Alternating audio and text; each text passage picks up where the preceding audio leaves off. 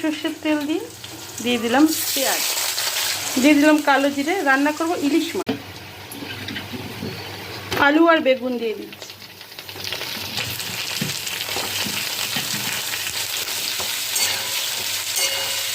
হলুদ আর নুন দিয়ে দিচ্ছি, একটু নাড়াচাড়া করে নিই।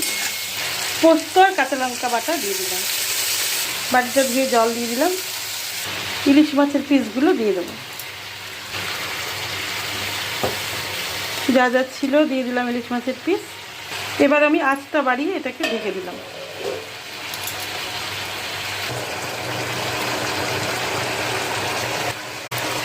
এবার একটু কাঁচা সর্ষের তেল দিলাম।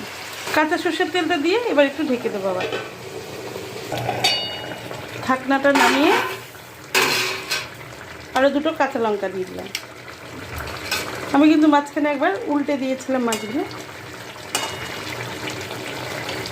আরেকবার উল্টে দিচ্ছি।